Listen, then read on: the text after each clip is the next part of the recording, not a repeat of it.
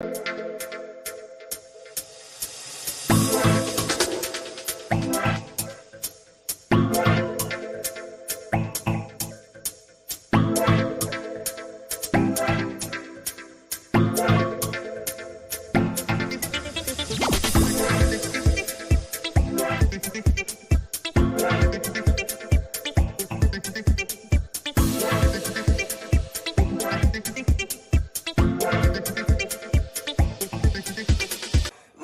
go! Make it Miami!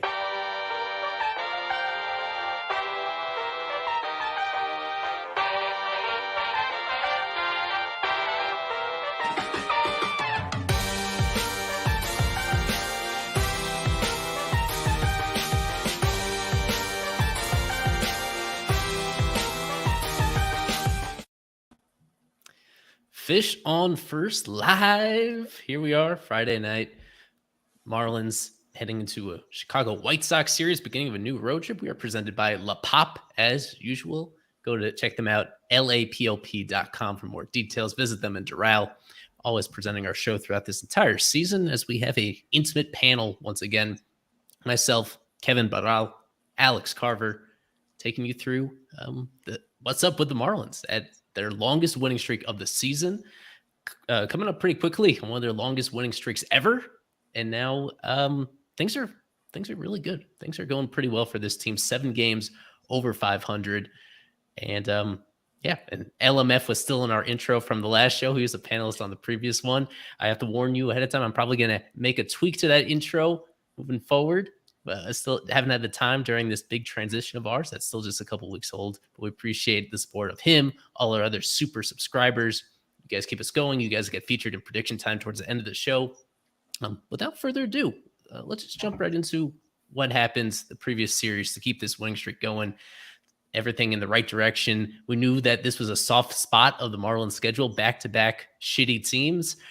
Respectfully, the Athletics, to start off earlier in the homestand, got swept, and then the Royals, the exact same thing. 3 more wins against a struggling, rebuilding, kind of a lost franchise, and they took care of business. So, Kevin, do you think this was more about the Marlins being in a groove or more about just beating up on a really weak opponent in the Royals? It's a little bit of both. I mean, you obviously have to come in knowing that these are teams you have to easily beat, and Miami did it.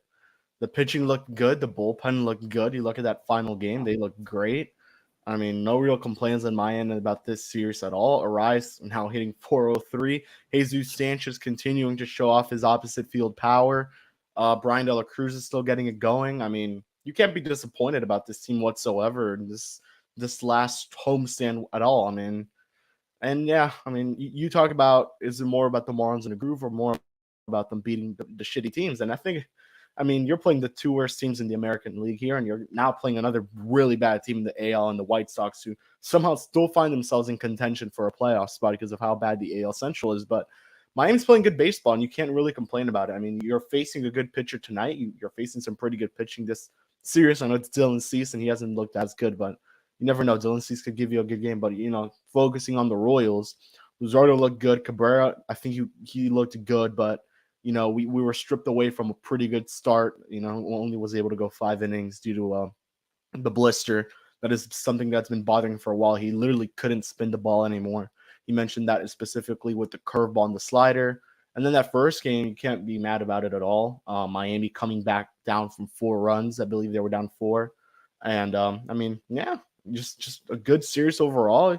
Beat up on the team that you have to, and now you go into Chicago. And Eli, your bold prediction of, I think it was 10 wins in a row, it may come to a reality very soon if they sweep the Cubs. Maybe jinxing it now, but this may be their best chance to get there. The fact that they're already most of the way there. Carver, more good stuff from Jesus Sanchez, especially in that final game. Kevin actually put out a story on him about how at this moment Luis Arraez gets all the headlines. I'm going to do a segment on him very shortly, but it's Sanchez that leads this team in slugging and in, I think, OPS overall. And he's like neck and neck with Arraez and WRC plus. He's just been awesome.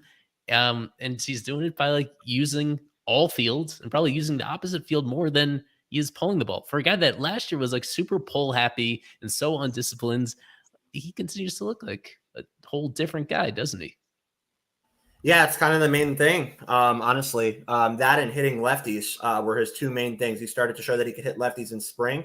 That's kind of permeated. He's continued to do well against lefties. And then, like you said, 36% pull, 33% oppo. So really, really good to see this guy using all fields. Consistently, he's at the top of the leaderboard. You look at Baseball Savant game to game, even if he's not getting on base, even if he's not getting a hit, he's finding the barrel of the bat. So it's really an awesome progression for Sanchez. When he got injured, I really thought, man, this guy's just now getting hot. He's getting hurt at the worst time. He's going to come back and maybe he'll fall into another slump. But no, he's come back and continued to do really, really, really well. And I think right now he's definitely a mainstay in this outfield. You can't not start this guy because he's been that good against both sides pitching-wise. So really good. Love to see him using the entire field, that beautiful power. So good. Awesome. So it's a guy that I've looked at for a while in minor leagues and just hope that he would finally put it all together. And it looks like he's finally doing that right now. It looks really good. And Skip was mentioning that him and DLC are some of the, the two players that may have the best BP, not because of what they do, because what they do is impressive, that BP. And, we could probably all say that, but just what they learn from guys like Brant Brown and the rest of that staff that really focuses on the offensive end. They really learn a lot. And Sanchez mentions, it's just keeping an approach. He wants to keep a consistent approach. Sometimes when you see maybe he's not, he changes the approach. Brant Brown goes up to him and tells him, hey, look, you got to keep doing this approach. These are your strong suits and do it. And, to be honest, Sanchez is killing it. There's no other way to put it. This guy is, probably the second best player on the team right now. And I know there's Jorge Soler, who's third in home runs right now, and he's playing well overall, but Sanchez just looked great. And it's the opposite field that he wants to continue to work on. He told me that. He also mentioned that for some reason, he mentioned that he wants to get a lot more doubles. Good for him, I guess. Yeah. Too many home runs, more doubles. More doubles, I guess. Yeah. But, he's using the opposite field, and that's really playing in his favor right now. And obviously, I think the shift is helping him too with that. So can't complain. Jesus Sanchez is putting up some real good numbers, and he's also hitting over 300. So maybe that continues in Chicago, where he faces a pretty bad team. Yeah, it's the last thing I'll say on him. Just looking at the consistency of contact is so good. Like literally under 15% soft contact rate, medium contact up above 50%, and then hard contact near the 40% marker. So this is really good. It's definitely what we've hoped we could see from Jesus Sanchez. And the only other thing that I would say on this is really closing that gap of pitches up on his fists. That was also really a struggle for this guy coming up. He was really susceptible, especially to high velo up and in. And at least now he's not hitting those pitches and putting them in play, but he's at least fouling them off and lengthening his at bats and forcing a pitcher to go somewhere else. So it's definitely a good progression for him. Really, really proud of what this guy has done. It's always been there, and now we're seeing it. So really cool. Yeah. A reminder, this is one of my many original gifts that one of the many perks that come with being a super subscriber is the access to our gift database to save and use these as you please. So people like LMF, they have access to it, and you can have it too by becoming a super subscriber. And also for people, as we're like managing this transition, Devin and anybody else that is a super subscriber, if you check the pinned tweet that we have on the Fish on First Twitter account at the very top of the profile, you will see it there. In fact, I will pull it up. I'll give a screenshot evidence for people just so that they believe me here about how to do this, because I have had some questions about people missing this. But if you are on our Twitter account just like this, and you're in our special Twitter circle, we put the super subscribers in their own Twitter circle to see it, then it will show up magically as the pinned tweet on top. The general public cannot see this, but Kevin can see it, and Carver can see it, and I can see it. And our dozens of super subscribers, they can see it a lot at of the them. top of the profile. Yeah. So then you just reply to that as you were before under the old setup. So I hope that's pretty clear, but we can work it out at the very end of the show if necessary.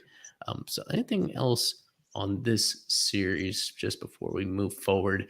Just to reiterate, like, it's hard to sweep series, even against the terrible teams. You can count on winning that series at home against a team like the Royals, but this is pretty rare. The fact that the Marlins have had almost as many sweeps already this year as they had all of last year, perhaps even more than that.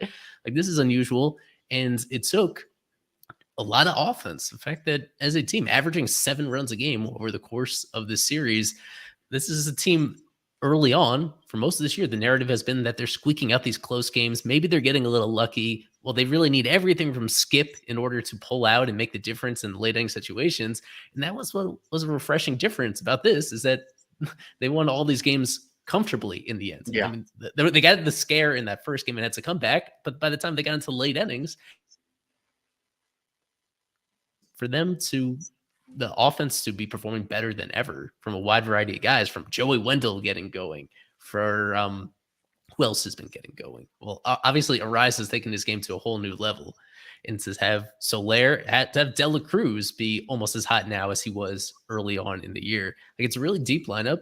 The bullpen is continuing to be as good as they were early in the year. I don't know if people thought that was sustainable. People thought the bullpen would come back down to earth, but Tanner Scott and Andrew Nardi, both of them are like quickly emerging as two of the very best lefty relievers on this team. So yeah, my conclusion is that a lot of this is just about the Marlins being, I think it has more to do with them performing and their players being the best version of themselves than it is about beating up on a weak competition. Like, this doesn't happen all that often and all that easily unless you have guys that are really performing at the peak of their powers.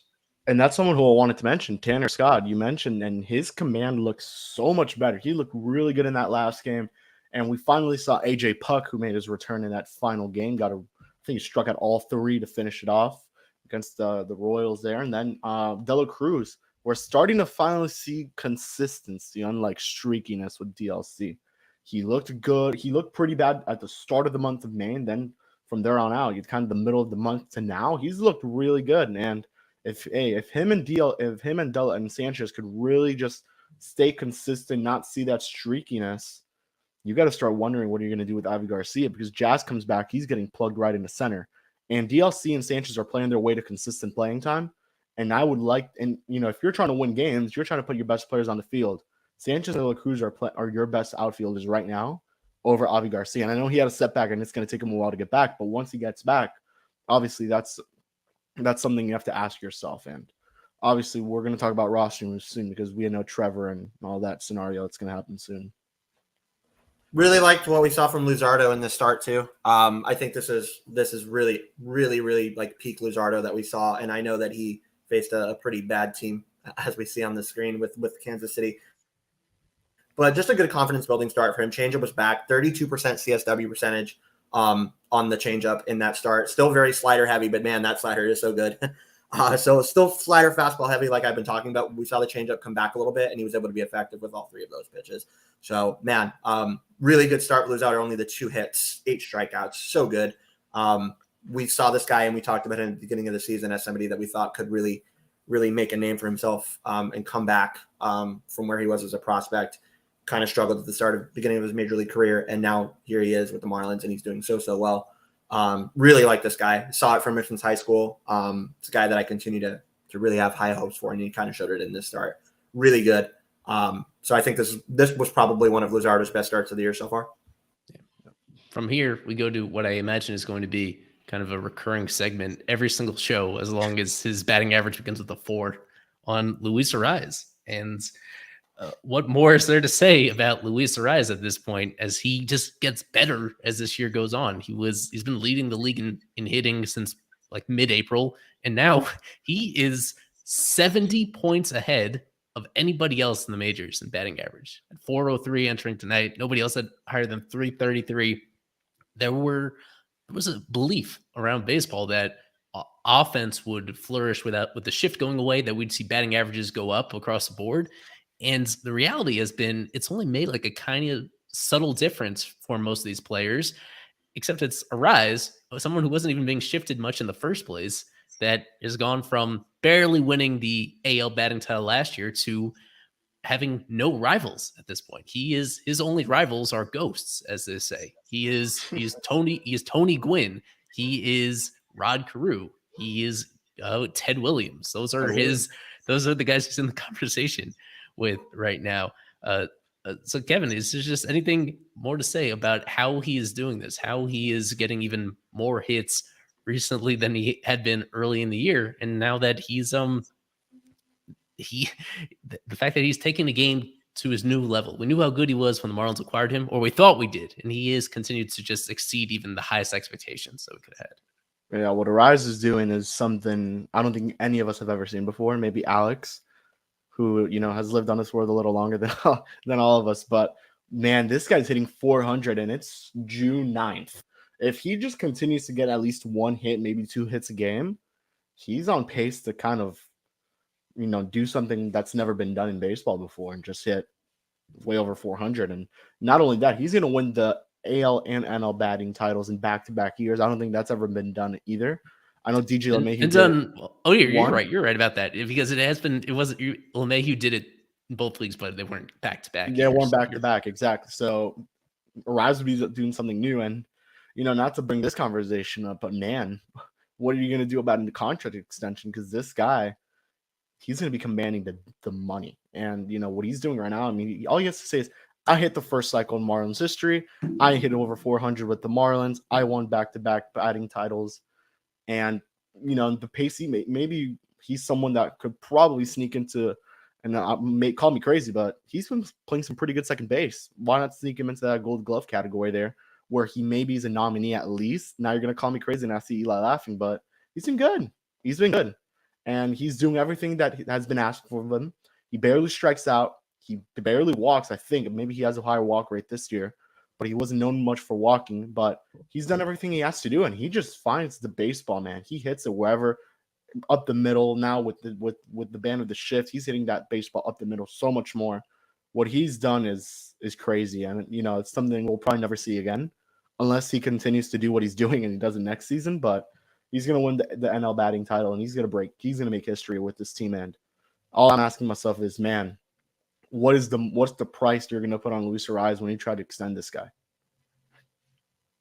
Yeah, this is put very well in the comments about how you're invested in every at bat. There are other players that have you in that moment. I remember when Jazz is in a super hot streak, he has that same vibe to him. Aaron Judge but last year. Aaron Judge, but Arraez this is pretty terrific because he's not only is he like getting hits, but it happens quickly too. Like he is super aggressive. There was a chart that Mike Petriello put up on MLB.com about how he's swinging more often than ever. Recently, swinging at almost 50% of pitches. I think even more than that. So he has changed his approach just because he is so confident in his swing right now, being able to do exactly what he wants to do, find holes in the defense. Yeah, it's crazy. I mean, honestly, Kevin mentioned that. I guess Kevin maybe thinks that I'm like 100 years old or something because the last time somebody did this was Ted Williams in 1941, which is 82 years ago. I mean, Chipper Jones kind of did what Arraez is doing right now in 2008. He was hitting 400 around this same time of the season. Then he kind of fizzled out. Still wound up hitting 364 and winning the batting title and leading the league in batting average.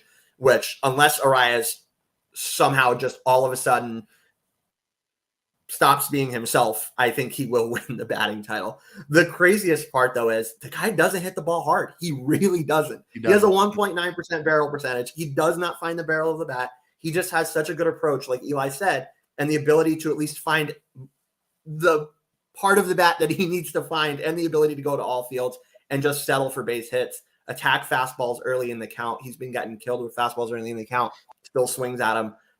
So, yeah, the approach is just so good.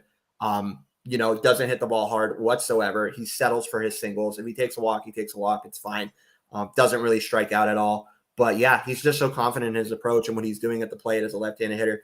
It's so good. And honestly, if this continues and he somehow does it, I honestly think group contributions and singular contributions taken into account, that if he somehow does it and ends the season over 400, it's the greatest accomplishment in Marlins history ever, including the World Series titles. It would be that impressive.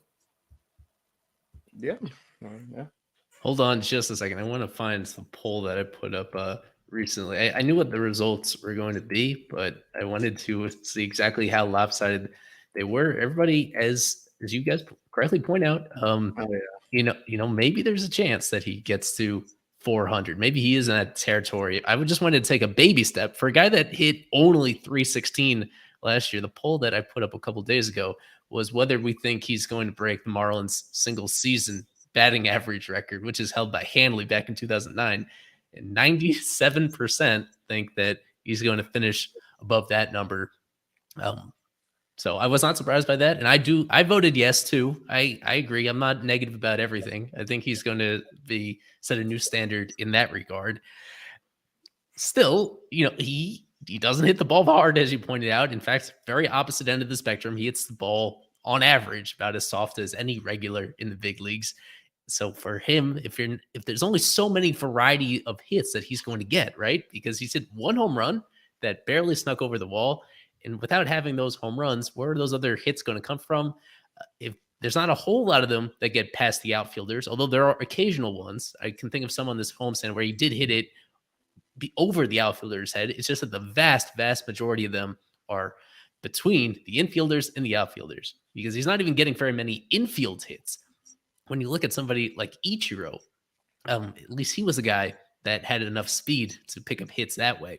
With Arise, there's just this very particular niche that he has found, and he exploits it again and again and again and again. He can take just about every pitch and serve it at like a 10-degree launch angle, so it just gets out of the infield and in front of the outfielders. And he can do it against like any pitch type, and he can do it just as well against lefties as he can against righties. That being said, I think the ceiling for that, I do feel, is lower than 400. I can't see him getting quite there for the entire season. I think just the luck is going to even out a little bit, where I think a higher percentage of those balls are going to be, unfortunately, just in the grab of a leaping fielder, or just stay up long enough so that an outfielder gets in to catch them. So I still lean closer. I think if I had to predict, he's going to be more likely in the 350s than he is where he is right now. But I enjoy immensely the satisfaction of being pleasantly surprised by things. So that's why I always lean on the skeptical side, because it feels great when somebody exceeds your expectations the way that he has. Maximum exit velocity so far this season is 101.4. So that's fucking crazy. The guy just doesn't hit the ball hard. The hardest ball that he has hit all season is 101.4. So yeah, was that his home run? Probably. I would be willing to bet 11.1 average launch angle. So yeah, the guy just hits the ball on the ground. He hits these little blooper hits. So Eli is I wholeheartedly agree with that. The path to him actually doing it, it's going to be difficult with the kind of player that he is. But man, the way that it's going right now is just, you got to be in favor of it. I do think he will break the Hanley record. I would have him probably in the 350, 360 range as well. Maybe a little bit over 360, 365, somewhere around there. But yeah, the path to 400 would be difficult. But if he can accomplish it, man, it's going to be fun. And like somebody said in the chat, it's like, for very different reasons, it's like 2000 home run chase with Sosa and McGuire. Like, you're glued to the screen every time. Like, you want to see this guy hit. So maybe it'll get to a point where, like, the big networks are airing his at bats, and that would just be great exposure and great eyes on this team. Maybe boost the attendance a little bit, stuff like that. Go see the best hitter in baseball, like he is right now. Go see him anyways right now. But if it gets to that point where like it's getting national attention, which it has started to, that would be, even if he doesn't get it ultimately, that would be great attention on this team, and it's something that they deserve and something that he deserves. You know what? One thing that hasn't really been brought up much this season is that one other element of the shift restrictions is that infielders can't actually back up as much as they used to. You have to start plays with your feet on the dirt. Maybe that is one implication that we need to dive in further in the future, is like trying to understand how many hits he's getting, just because infielders, they can't play super far back, as this comment is pointing out. Like there's a limit. You have to stay on the infield dirt, meaning that these soft line drives do get over your head, and there's really not much you can do about it if Rise is putting it exactly the way that you want to. It used to be, of course, that infielders could back up a lot for somebody like Arise that isn't going to beat out many infield hits. That's exactly what they would do. I'm going to dive into that and look at the infielder positioning in the near future from StatCast to see if there's like a significant difference from the past couple of years, because that is a very interesting point to bring up. Yeah, they would do that if they could do that, but they actually can't do that under the current rules. Yeah, when Arise first came to Miami in that opening Zoom, I will forever remember the question of, not even the question, just him saying he likes Lone Depot Park, and that took some by surprise. Where like, you like Lone Depot Park, it's a pitcher friendly ballpark, but when you look at it, it's the perfect ballpark for Arise to do what he's doing right now. And I think Devin mentioned it with the heat and this and that. The differences of Minnesota and Lone Depot. Lone Depot is a lot bigger. The outfield's a lot bigger, and it's been helping him so much. And this is something I'm going to look at later on in the show, just his home road splits, because I would think he hits better at Lone Depot than away. And it's just how much it's helped him. He likes the roof closed. He likes like Tropicana Field. He mentioned that in the opening. He liked Tropicana Field, and he likes Lone Depot Park. And obviously, it shows why. The guy's hitting over 400. He's having so much success. So it's that. And then with Carver mentioning the marketing, not only is Arise hitting over 400, but this team is 7 game. I think it's on the 7-game win streak. You're like 5-6 games over 500. You're in the second wild card spot right now, I believe. And you're second in the NL East, just 3 games behind the Braves. It can't get better than that. And probably this team ends up being a buyer. To have Arise and some other cool pieces to bring along. And this guy's fighting for 400. Yeah, to your point, 413 at home and 389 on the road. Exactly. So it is better at Lone Depot Park, like you just said. Yeah. And this guy's attitude is just so fun. I talked to him in spring training once or twice. It's just like, hey, I'm just here to have fun and play baseball. Really, there's no pressure on him. I don't think he's feeling pressure at all. I think just like he's being himself and he's having fun with his new team, which is super cool to just see him come here immediately, fit in immediately, kind of be a leader in the clubhouse a bit. And obviously leading this team right now in effectiveness and in production, which is very, very cool. And then, like I said before, just to put yourself in the same conversation, and as Eli said before, as these greats, Tony Gwynn, Babe Ruth, Ted Williams, Ty Cobb, like to put yourself in the conversation of these names, even if he doesn't ultimately do it, but nearly at the All-Star break, and you're being talked about in the same breath of those players, that's pretty special. Yeah. Before we go to break, I wanted to pull this up quickly. I've mentioned this on Twitter a couple of times that the team, as Kevin referenced, they're playing really well at Lone Depot Park. In the National League, no team has won more games at home than the Marlins have. 21 wins. Part of that is because they played a lot of home games, but still, they'll take that for the time being. They're playing much better at home than they are on the road. And I guess it helps to face your weakest opponents at home. There's caveats you can put on here. Yeah. That being said, I do think you have to give credit to this team. When Kim was putting it together, what she had talked about is like building a roster that suited their home ballpark and acknowledging that aside from guys with amazing raw power like Jorge Soler, Jazz Chisholm Jr., other guys are not going to hit home runs at this ballpark. It doesn't carry the same. It's just year after year, it has been proven out that it is not a friendly ballpark for sluggers. It's where sluggers come to disappoint you. There's too many of those guys to name that have disappointed the Marlins. So they leaned the other way. They went with Arise. They went with Yuli Gurriel. Happy birthday to Yuli, who's having a good year, and he doesn't rely on slugging either. This has worked really well for them. And you'd have to say that it hasn't worked for Gene Segura. It's worked for the other guys, where they've put together a team they're winning more games than you would expect. And I think part of that just has to do with the skill set of these guys that they've acquired. So some of it is by design. It's not all super duper lucky. You just need to tip your cap to like some of these moves that are working out to this point. We've been plenty critical of Kim, probably me and Carver as much as anybody through the years about some of the very questionable decisions that she's made. But I mean, the fact that these guys are playing kind of above their heads at home, it's not quite as simple as they're getting lucky. Some of it is just how they complement their surroundings. How many of those home wins are by 1 run? That's what I want to know, because I think that's a lot of them were probably most of them, right? Yeah. Well, but we know the last six in a row, all those were by more than 1. So that's what I'm saying is that it was early in the year. The narrative was really simple about this team in April and May. It was super simple about just overachieving in these close games. And now it's just not as cut and dry anymore because they have flipped the script. They're doing it a different way. They're doing it in a more convincing way. And this upcoming White Sox series is going to be a big test of that because it is a slightly better quality of opponent. And we're going to get into that right after the break. Fish on First Live with Kevin and Alex and Eli. 30 seconds. We'll be back with you talking more about this upcoming series.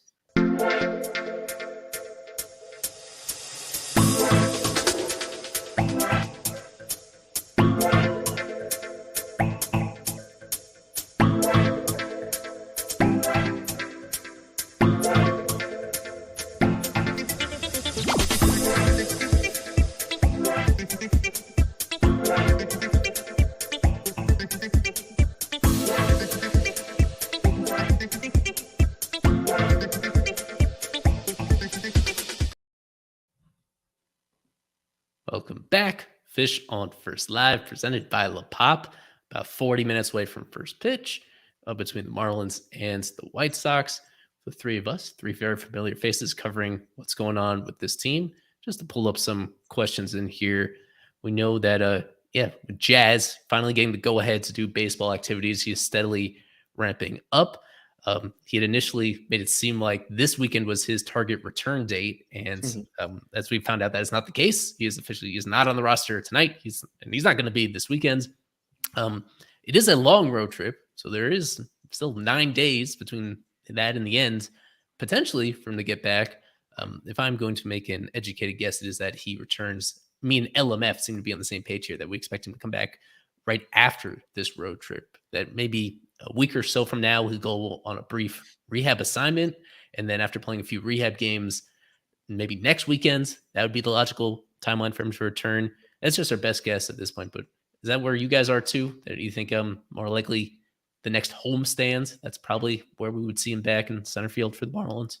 Yeah, Skip was talking to us, and he immediately shut down the idea of Jazz coming back for Chicago. He also mentioned he's going to get rehab games in, and he's traveling with the team just to have his own trainers. The team's trainers, they keep him out. So, yeah, I would say the next homestand. That makes a lot of sense. I guess the next best case would be maybe Washington, but I really doubt it. I think he would have to go through those rehab games, and it'll be during that stretch. So, yeah. Probably when they come back against Toronto. Yeah, seems about right. It'll be cool to see Jazz back. Obviously, I mean, you have a clear candidate to go down in Garrett Hampson, who's like barely played, right? So I think that would be your guy for a corresponding move. That's a guess. I don't have anything official, but that's a guess. The guy's barely played, so and he's been pretty ineffective. So Hampson down, Jazz back will be good to see. The tricky thing is, like, what do you do with Avi when he gets back? What happens there? I'm going to be intrigued to see what happens with that, which maybe we'll talk about in a bit. But yeah, Jazz will be back. He'll be your center fielder. But you have these two corner guys and Soler at DH that are performing. What happens with Garcia? It's going to be fun. I guess you put down you send Jonathan Davis down, but I don't like the idea of that because he's been pretty good for what he's been, and that would take away playing time from DLC and Sanchez. It's a lot of movement, and you still have Trevor going to come back now.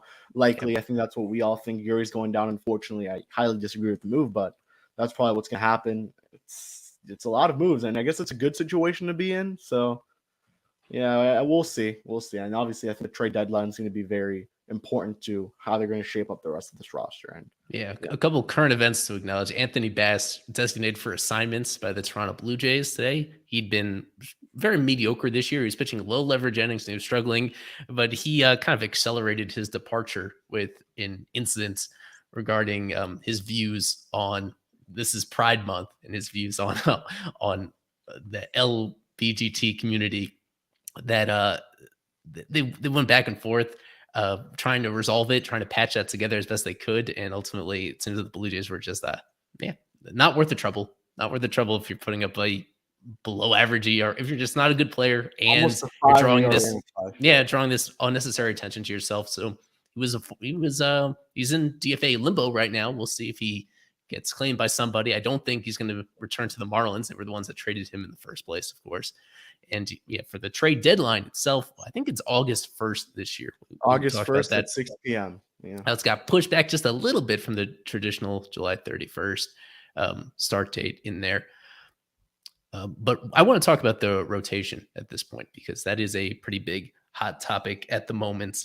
Yuri Perez making his 6th major league start tonight. 4 of the first 5 have been pretty outstanding, with the one exception being that Rockies outing.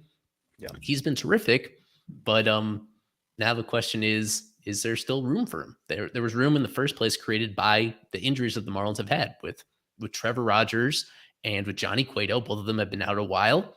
Johnny Cueto still no return in sight due to a setback he had with his ankle. But Trevor making good progress. As we're talking right now, Trevor is pitching. Let me get the absolute latest update on Trevor's outing. Was it rained out? They were rained out?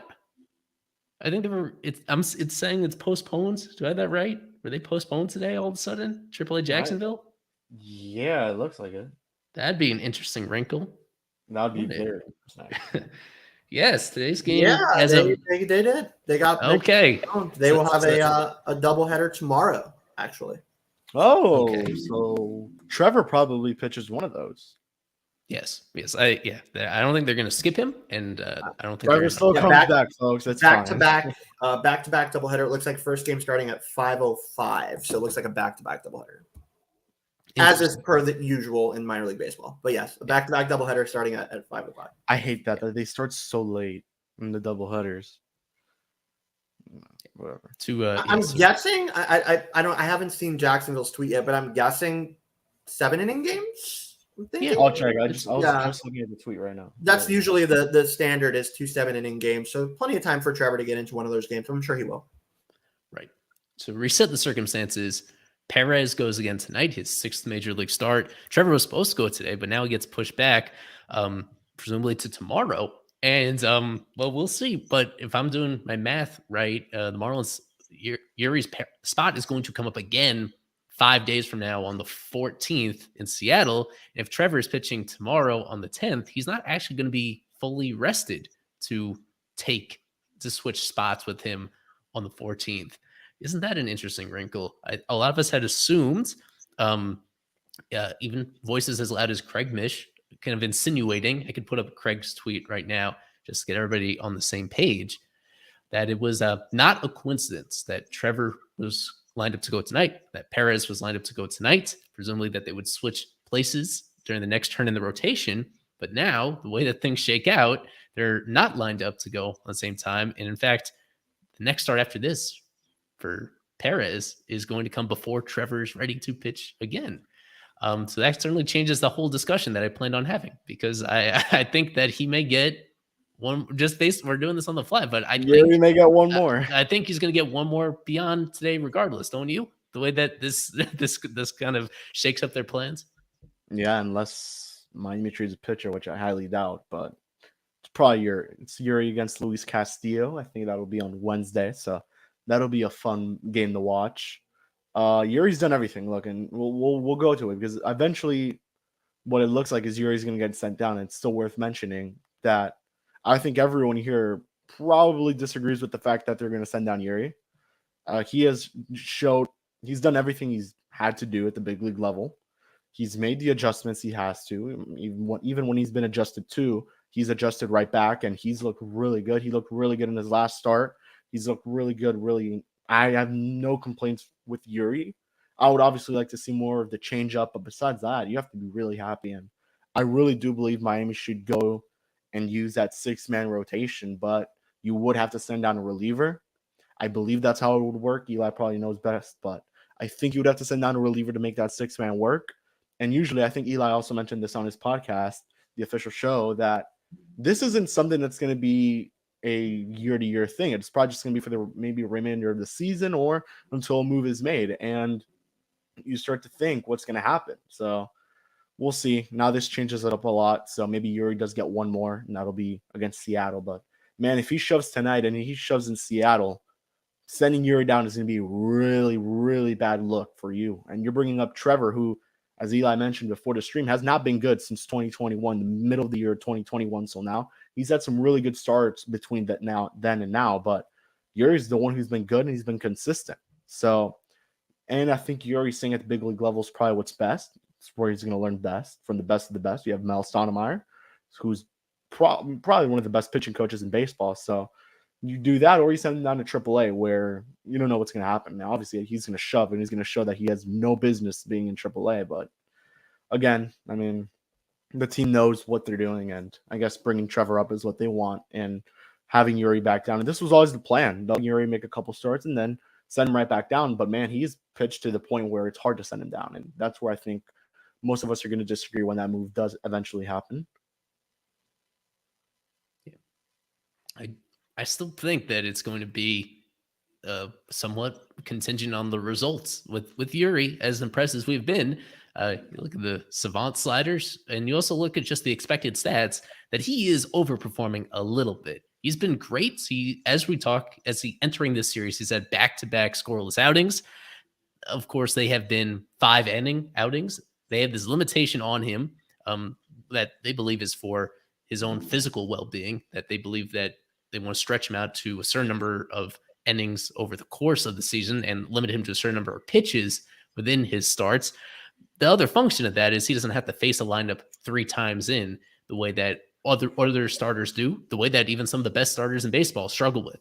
That's what Sandy has struggled with most of this year. Luzardo almost at the same level. They have struggled with that aspect of it. And he's not getting tested in that situation. And he's also not, taking that work off of the shoulders of the bullpen. It just leaves the bullpen with more to do in those situations. So it's not totally black and white with him. Even though he has that 2.25 ERA, the expected ERA is in the 4s. And if we're talking about a pitcher that if his actual results were reflective of his underlying numbers, then people wouldn't really be all that upset about this potential move. But there are certain guys, and Sandy is like the best example with this outside of this year, where there are guys that overperform their peripherals. There are guys that, through the quality of their stuff and their ability to induce weak contact and timely contact and just being really sophisticated pitchers, there are guys that can overperform, can do better than their underlying stuff would suggest. And he might be one of those guys for somebody that models so much of his career to this point after Sandy's and like tries to follow in him and learn from him. He's a guy that perhaps he is like truly emerging as that successor and that deserving, that a co-ace in this rotation. We just haven't had the opportunity to find out yet. And I'm with Kevin that it will be disappointing if they send him down despite his success. If they are going to send him down, it should be something that they're actually seeing in the results that do that. If you're performing for a team that has so much pressure to win right now, it really shouldn't be much of a conversation, because the most important thing should be this year about finding ways to maximize this hot start they've gotten off to. For the time being, he's done exactly what he wanted in order to keep them exactly on pace to where they were before. Yeah. You guys pretty much said everything. Kevin said he wanted to see the changeup more. Absolutely true. He's very fastball slider heavy, mixes in the curveball here and there. But the changeup was and is such a great weapon for him. We've talked about that before.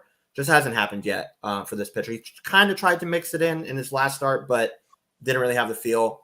It was really, really diving into his arm side of it. I think he even hit a guy with the pitch, I think. So, Kevin had the report about him filling out the baseball here, which, that's fine. It's a young pitcher. He's been dealing with a different baseball, and now he's dealing with something that he's not 100% accustomed to. It's totally fair.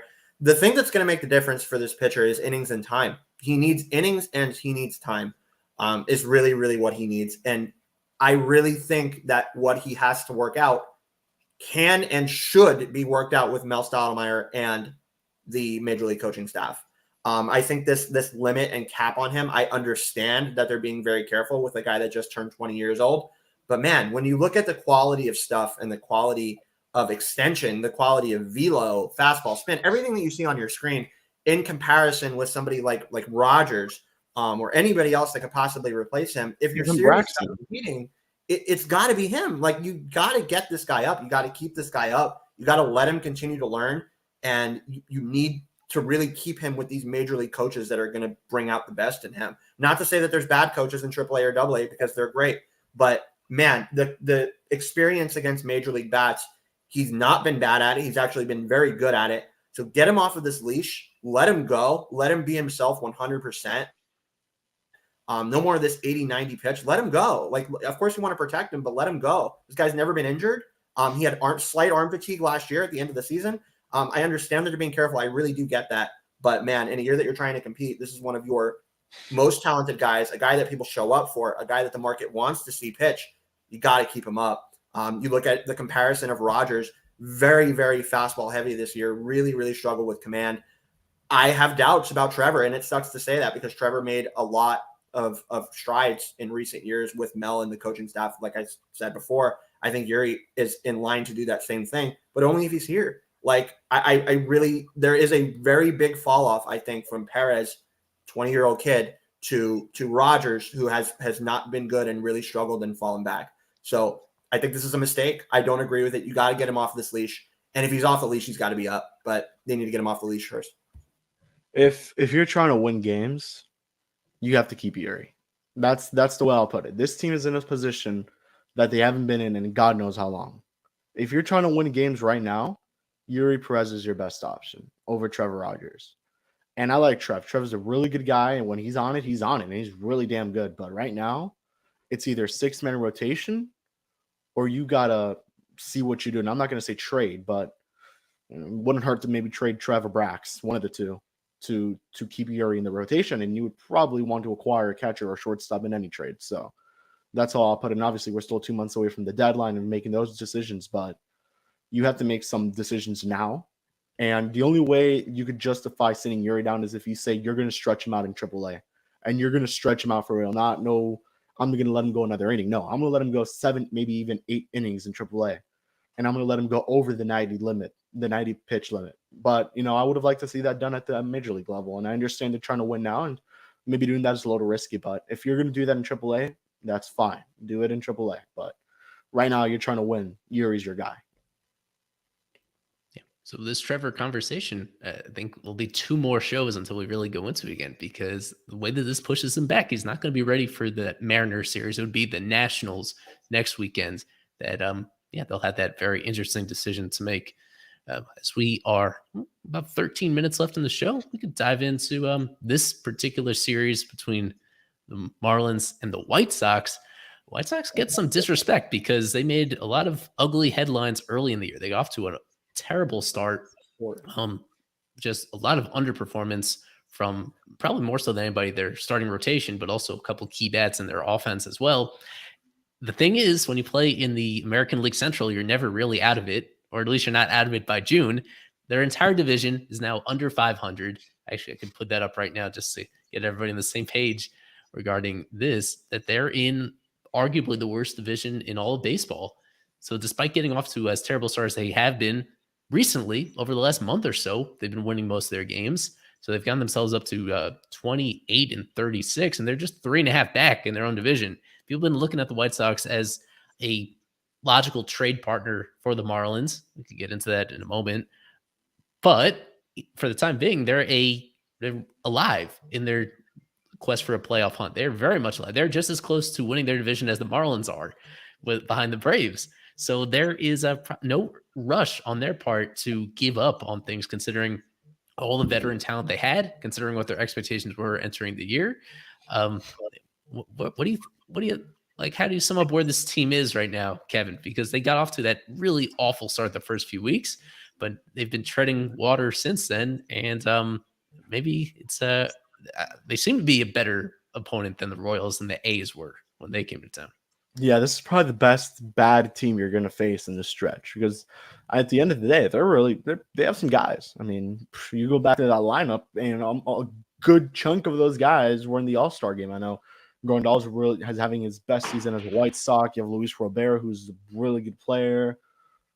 I know you lost to Breu, but you still have Andrew Vaughn, who's been pretty good. You have Jake Berger, who's also having a nice year for the White Sox. I mean, you have some guys, and the rotation's real nice. They've just been underperforming, as Eli mentioned. But yeah, when you're in the AL Central, you're treading waters the whole time. I mean, you're basically in it right until the very, very end. And the only way you make the playoffs is if you win that division. And right now, Chicago definitely has a chance. And, they would like to take at least 2 out of 3 against Miami. But I think the Marlins obviously are probably the better team right now and have been. And I think overall just are the better team. And I know we talk about Chicago as a seller, but I would hold off on that for a little bit.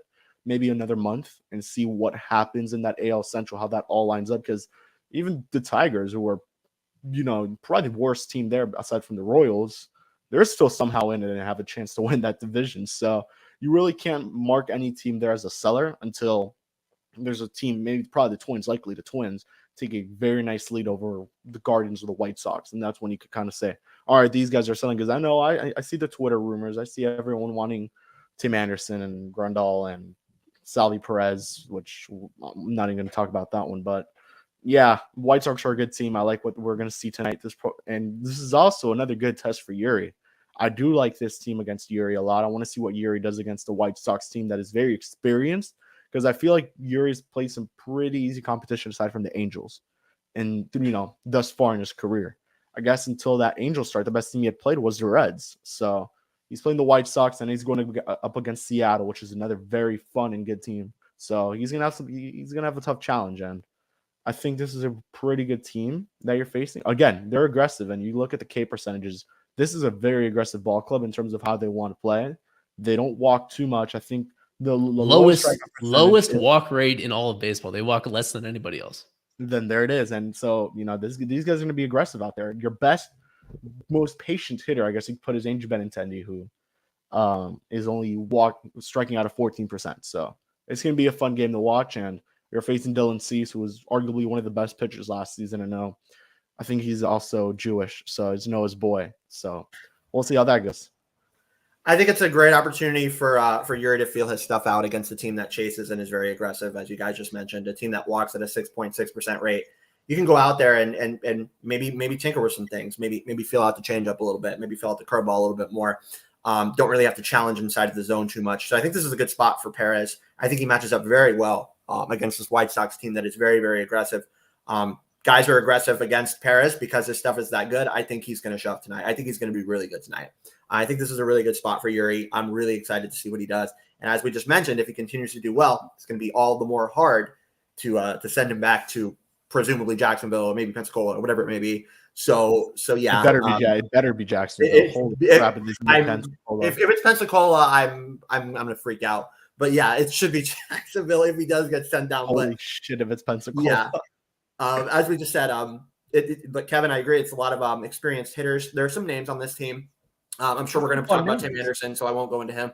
But they got Benintendi. They have Luis Robert. They have Yohan Moncada. Berger is doing really well this year. He's got like a 928 OPS. It's pretty good. Grandal is a name. Elvis Andrews is an older player, but he's a name. So it's a lot of experienced bats against a young kid.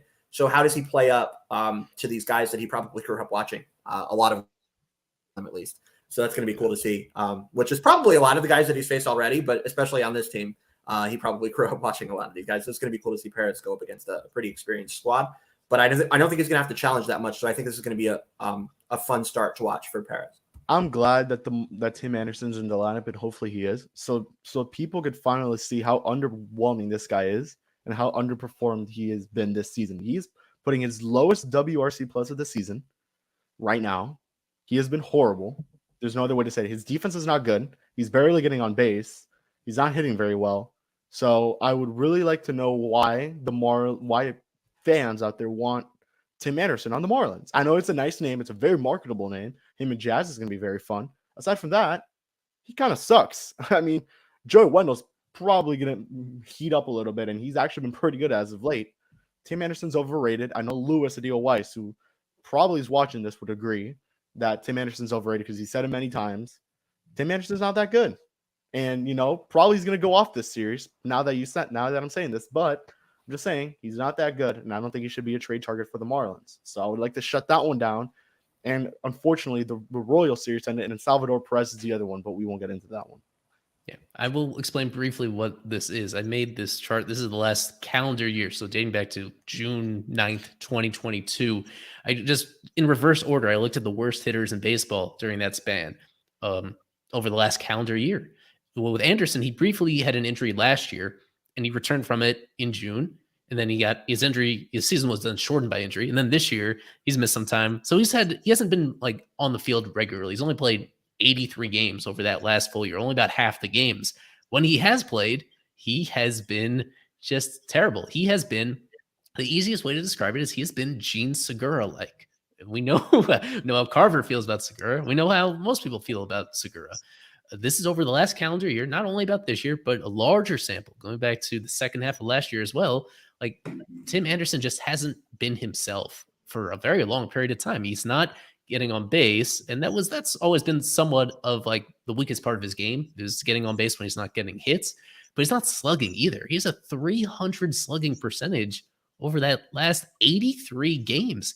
His WRC plus is a little lower than Segura's over the last calendar year, where he's getting a decent amount of singles and he's just not doing anything else outside of that passable defense at shortstop. And he has a great track record, obviously, for his career. He's I think he was close to a 300 career hitter, with the exception of this year. And he has made himself into a better shortstop than he used to be. And he's a good base runner when things work out. Like, there's a reason why he's been an all-star in the past, he's not played like an all-star for an extended period of time. Not even close. So it is a fascinating question about how much you trust him to bounce back the rest of this year. And then next year, he's under contract next year with a club option. And just as important, how much you would be willing to give up in a trade to get him in the first place if he's not going to be a meaningful improvement over Segura or even Wendell. This is I guess it's a nice important audition series for him. He's really going to need like the next couple months. The White Sox are not going to be in a hurry to deal him, because if they dealt him right now, I don't think they'd get very much in return. Yeah. And the thing to point out that Eli didn't say, but the thing that I want to point out is, as little as he's done over this span, I think there's a year span that Eli said, as little as he's done in these, 83 games that he's played, he's gotten lucky to do what he's done. He has a 318 BABIP, so his BABIP's over the league average of 300. So he's even gotten lucky to do what he's done, which is terrible. So I don't understand why there would be any clamor at all to try to acquire this player. It's another Segura. It's somebody that's even worse than Segura. To a certain extent. Yeah, I mean, I know it's a name. I get it, as you said, Kevin. I do understand it, that it is a name, but man, you can't go based off name alone. Look at the performance. It's pretty terrible. Striking out more than Segura, walking less than Segura, less WRC plus, gotten lucky to do what he's done. It's not somebody you target. I think we should just stop mentioning his name right now. And the other one we'll very quickly mention, Salvador Perez. He has to choose where he wants to go. And I highly doubt he chooses to come to Miami. I know you have Luis Ariz and you have Luzardo, but let's be honest. I think he's a Royal for life, and I want to shut that one down really quickly. And also, that is a very short-term option with a lot of money that's coming to Miami. So just want to mention that one so we could go to prediction time. Yes, as you said, we are coming up here on prediction time. I think I sent out the tweet to give everybody the heads up about this. Yeah. Let me make sure that I set up our interface the right way. I need a, So we coming down to the final moments before the start of the series, and the Marlins, of course, the last couple series, and the Heat game, that too. I want to watch that as well. So without further ado, prediction time. This is prediction time. It's time. Yeah, I don't know if that played normally. That was giving me It did. Okay, good. So that's just on my end that things are going kind of weird. So let me get the alternate background set up for prediction time as well. And let me quickly get a screenshot. This is not a total. I didn't add all the super subscribers in here because some of them put in their entries while we were doing the show. But we know how this works at this point. This is now 21 series into the season where we pick how many games the Marlins will win, who we think will be the series MVP as determined by win probability added. And so far, a lot of optimism, as you would expect, for this Marlins team, the way they've been playing recently. Just about everybody, with the exception of Sean Miller and Kevin, the Marlins winning the series one way or another. Jesus Sanchez, Luis Ariz, all very understandable picks with the way they've been performing lately. And the fact that the Marlins are going to be facing all right-handed pitching in this series, we should see a lot of Sanchez and obviously a lot of Ariz showing up in this particular one. We got an AJ Puck one. Oh. Yeah. Relievers can win it too. Anybody could be the series MVP, just depending on the situations that they come into, and and how they perform when they're in there. But let's fire this up now. The three of us in our triumphant background music, if I can find it somewhere in here. There we go. So the three of us, our predictions, you, Kevin, as we usually do. Marlins versus White Sox, what do you expect? I'm going to play it safe. I've been doing this the last two series because I know Miami will take 2 out of 3, but I'm going to go luck. I'm going to say they'll sweep just to get 2 points, possibly. And then we'll go with Jesus Sanchez as my series MVP. This guy's been doing amazing things, and I think he's hitting over 300 now. Going to get to 310. I think he's at 306 right now, so I think he'll hit 2 homers in the series, just to add on to it. Alex Carver, your predictions. Sure. So I'm going to agree with Kevin and say that the Marlins sweep this series. And for the reasons that we mentioned before with how aggressive this team is and the stuff that this guy has, I'm going to say Yuri Perez is the MVP. I like it. Wow. So both of them seeing this winning streak going to at least 9. That would tie a Marlins franchise record. I do not see it going that way. I think this first part of the road trip is going to be a letdown for the Marlins, with the White Sox winning 2 out of 3 in this series. And this is always risky because it could be proved wrong almost immediately. But I have the series opener starter for the White Sox, Dylan Cease. I have him as my MVP, shoving in this first game, leading the White Sox to win. Oh, okay. All right. Wow. Okay. Yeah, so we will find out. So Marlins are getting swept right now because Carver and I said they'll win 2 out of every game in the series. Yeah, they'll find a way to make all of us incorrect, I guess, on this one. But this has been Fish on First Live. Thank you guys for joining us. Really good crowd tonight. Hope you enjoy the Heat game coming up as well. I'll have both of those screens up at the same time. Eli Sussman, Kevin Burrell, Alex Carver. Continue to follow our stuff on the new Fish on First Twitter account. The new website, fishonfirst.com, is where you find it. We'll be back with another stream on Monday. We'll be back with Twitter Spaces on Sunday night. Whole lot of content going on covering your Miami Marlins, our complete coverage in this show presented by La Pop. So thanks everybody for tuning in. Go Fish. Enjoy your weekend.